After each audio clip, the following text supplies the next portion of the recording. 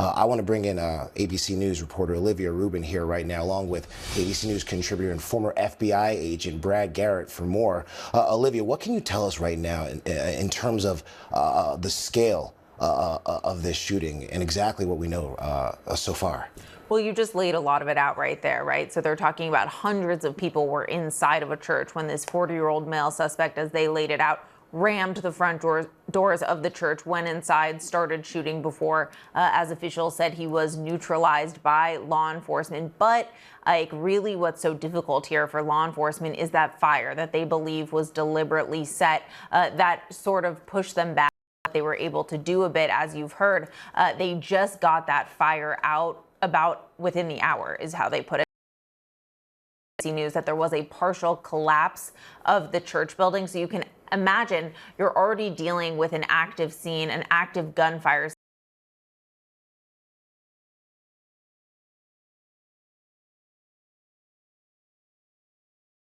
Why officials are saying right now, tragically, that they do believe that they will be finding more victims here. They didn't say whether they would be alive, hopefully, or deceased, but they did say because of the way that that fire was set, that there were some people, unfortunately, trapped, unable to get outside of the building. Those were the words of the law enforcement official you just heard right there. So a very complex, very dynamic, as you said, hundreds of family, law enforcement, all on scene here, 100 FBI agents responding to what was just described as a very complex, dynamic, active scene right now. The chief there saying that this was still preliminary information and that they would be getting more as it goes on. And we heard the chief say that this shooting began at 10:25 a.m. That's when church starts. This is a massive church. He said hundreds of people were inside right now, obviously taking part in the service. When the shots rang out, obviously when the officer said the suspect allegedly ran his vehicle into the front doors, exited, began shooting. I want to turn now to Brad Garrett. Brad, what are the first steps in an investigation like this? What are you watching for as all the facts start to come out and things begin to unfold? So the first thing, obviously, is determine that, yes, he did this alone. And secondarily, are there any devices, additional devices around the church, or, as you mentioned earlier, they're doing a search of his residence, what might be there? Obviously, at the house may give them some key points, things that he's written, things on his computer. Did he have inflammatory devices of some sort? Because, it looks like to me, again, this is so preliminary, is that he shot a fair number of people. If he had an automatic weapon and he had people in church and there were hundreds of them, I would have thought there would have been more people shot, which would suggest that if he started the fire, that's what he was doing before law enforcement arrived and engaged him. But, once you've got everything to a safe level, then obviously you have to figure out, what do we have here? Assuming there's nobody else connected, are there people, obviously, that know this person? Was there information that he possibly was going to go do something like this? That's another part of this investigation. But, the real key here, obviously, is how could he have done what he did? And it looks like to me that part is pretty simple. He just literally drove his truck. It's like somebody walking into a school or a place of business and just using an assault weapon and start shooting people, which sadly we've had to talk about too much. So, all of these things kind of have to go together at the same time. The FBI probably are sending their evidence response team. I'm going to guess this is a rural part of Michigan. The FBI have trained evidence response teams in every field office, so they'll probably come. They mentioned that there's hundreds of people to interview. The FBI will help with that, as well as ATF. The key elements for ATF and FBI are, what started this fire, because that can help them through this investigation. And obviously, they have to do, these are really morbid type searches where you have to go through and literally find people that died in a fire. But all that will have to be done in a meticulous fashion, because every aspect of this case, as you move through it, sort of lays or plays into each other as far as motive, inflammatory stuff used, the weapon, and it all goes together to show maybe what you have here. And again, as I mentioned earlier, secondarily, if he is connected to anybody, what were the motivators for him to do this today? And the thing that we're focusing right now is the swell of the federal response already making their way to Grand Blanc, Michigan. We heard the chief of police there say that those 100 FBI agents are already on their way. And we're now seeing the response from Attorney General Pam Bondi, who released a statement on X. I want to read that real quick. Releasing a statement saying, I'm receiving briefings about what appears to be a horrific shooting and fire at an LDS church in Grand Blanc, Michigan. FBI and ATF agents are en route to the scene now. Such violence at a place of worship is heartbreaking and chilling. Please join me in praying for the victims of this terrible tragedy. Brad, this follows the mass shooting at a Catholic church in Minneapolis just back in August. How can people stay safe when they're trying to worship? It is a huge, huge dilemma. I mean, if you look in particular at how the how different faiths have taken on different forms of covering themselves as far as security, hiring off-duty law enforcement in uniform to be at the church. I mean, some churches, obviously, folks of the Jewish faith in particular. I've done security audits at 2 different churches or synagogues here in D.C. about what they can do, in fact, if they have a situation where somebody tries to get in the church. The problem with what this guy did, assuming a truck would fit through the front door of other churches, I mean, that's pretty, even if the place had law enforcement there, if he just literally drove his truck into it, that's a whole different, situation. But having said that, people are going to have to think, in particular, do they really need more security, or at least somebody outside of the perimeter that could slow down, detour, whatever it might be, someone that has ill intent to come into the church. The problem with that, obviously, is that can be expensive. Even doing structural things to a church can be expensive to make it more difficult to get into. So, this question gets asked of me almost every day of what can we do? Why should we be scared? And I say the answer is you shouldn't be scared, but you need to be prudent. And, every situation is different. But as we keep mounting up in the number of assaults that we have, mass shootings, sniper shootings, in this case, a mass shooting and a fire, I mean, it scares people, and rightly so. It's human nature. All I can say is that you just have to sort of be aware of your particular situation, and if you think you need more security, then do the best you can with that. All right, I want to turn now to Olivia Rubin. Olivia, we know right now one person is dead, multiple victims in critical condition. Chief Rennie said they believe additional victims will be found once the investigation continues into the fire.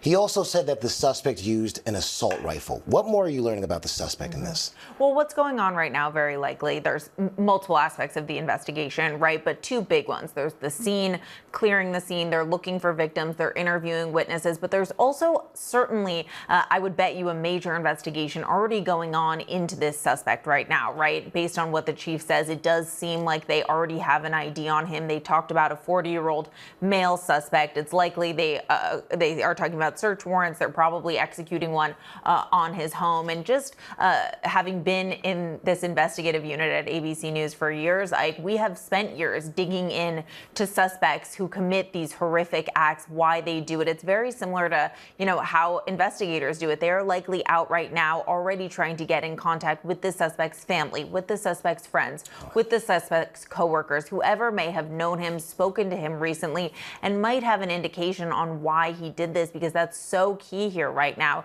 right? Which is talking about motive, why someone is driven to go out and do this, how they get to this point. And Ike, we have been speaking about this already in the wake of a number of violent attacks. Just recently, I've spoken to experts, former law enforcement, talking about what a concern this is, that individuals are going down this violent, radicalized path, why they do this. And so that's definitely key right now for investigators, why this suspect did it. Did he have any previous contacts with law enforcement? Was he already known to law enforcement? All of that definitely part of the investigation unfolding right now. All right, I want to get into a statement right now. President Donald Trump releasing a statement on social media. I want to read that right now. Responding to this shooting, this is from the president. He's saying, I have been briefed on the horrendous shooting that took place at the Church of Jesus Christ of Latter-day Saints in Grand Blanc, Michigan. The FBI was immediately on scene and will be leading the federal investigation and providing full support to state and local officials. The suspect is dead, but there is still a lot to learn. This appears to be yet another targeted attack on Christians in the United States of America. The Trump administration will keep the public posted, as we always do. In the meantime, pray for the victims and their families. This epidemic of violence in our country must end immediately. Again, this is after police are telling us a 40-year-old male suspect drove his vehicle through the front doors of this church, exited that vehicle, and fired several rounds of people. Officials are telling us, obviously, the church has been set fire. We know the roof has been partially collapsed. And they said that they're going to believe that they'll find additional victims once this scene is secure. So again, right now, we want to talk about the investigation. This is very preliminary. We know the facts, everything right now can change. So in terms of this investigation right now, we heard the chief of police say that about 100 FBI agents will be coming down here to talk to witnesses. Obviously, hundreds of people were in the church when this happened. What are some of the questions, or what are some of the things that they're looking for when they start to begin to speak to these witnesses who are here witnessing this tragedy? Well, certainly, what did you see, right? Officials and law enforcement weren't there when this started unfolding. So certainly they're trying to find out what people in the building saw, this horrific event that they just lived through, and how exactly unfolded. They're likely combing through any surveillance video that may be in or outside of the church to let them know exactly what happened. They're also, sources have told us, trying to figure out who was in this church, Ike. Remember, they don't know exactly who was in there because there are hundreds of people. So they're likely talking to friends and family members to say, hey, do you have everyone that you came here with? Is there anyone unaccounted for that we should be looking for? Because unfortunately, as the chief said there are individuals who they believe did not make it out, and they are expecting to find more victims. And what sources have said is part of this questioning and this interviewing is to find out and get an exact number on who was in that church so they know exactly who they are looking for. Again, if they do already have an ID on this suspect, perhaps they are asking if they know anything about him. Does he have any connections to this church? Was he a member? We don't know any of that information yet, but all of those types of questions are what law enforcement and investigators are asking, combing through the scene right now so they can paint that full picture of exactly what happened. Because as we just heard from law enforcement there, everything they just said is preliminary, Ike. That is how these investigations go. This unfolded just at 10:25 a.m. As they work through the day, every minute, every hour, they are going to learn more information about exactly what happened here. So all of those questions posed to people on site so they can figure out exactly that. And I want to talk to Brad real quick right now. Brad, we heard from the chief of police say that as soon as that suspect rammed his car into the front door, he was met with two officers who engaged in that firefight that eventually led to that suspect dying, obviously, from that firefight. We know now of what happened in Minneapolis back in August. Can you talk to us right now about the threat environment that we're seeing in this country right now? So many different types of targets are being victim of these tragedies, these shootings. What is the threat environment like right now? And how is that federal response essentially heightened during this time? So I think it's extremely high, and unfortunately, one incident can play off of another. I mean, you had over 2 weeks ago, a sniper killing in Arizona, and then a couple days ago, you had one in Texas. Do they play off each other? I'm inclined to think yes. It's happened before in particular in school shootings. But the whole idea that we can get in front of people like this guy today, probably, it really boils down to, sadly, of what you know about what a person's about to do. If I quickly look at these two shooters that were up on roofs, if you look at the elements of what they did before they did it. In other words, had weapons lawfully. It's not against the law to drive around in your car. It's not against the law to say unpleasant or hateful things online. But once they went up on both those roofs and started shooting, then obviously they've broken the law. I'm only telling you that in that how would we have stopped them if we didn't know about them? The guy today Who knew, if anybody did, that he was going to go ram his truck into a church and then set it on fire? I mean, it's frightening, it's disturbing, it's frustrating. And if you're in law enforcement, it's like, how do you get in front of these things? And it's extremely difficult. And with sort of the temperature in the country right now and the divisiveness that goes on, it takes those few people that end up committing these horrible acts that are probably already on the fence or were on the fence to go do something really bad. And then the anger and rage and maybe what they're hearing online perhaps is enough to tip them over, and they go and commit these unbelievable, horrific acts. It's really disturbing, and I will just tell you, trying to figure out a way to, A, you're not going to stop them, but B, slow them down is also a big challenge for law enforcement. All right, Brad Garrett, Olivia Rubin, thank you for your analysis.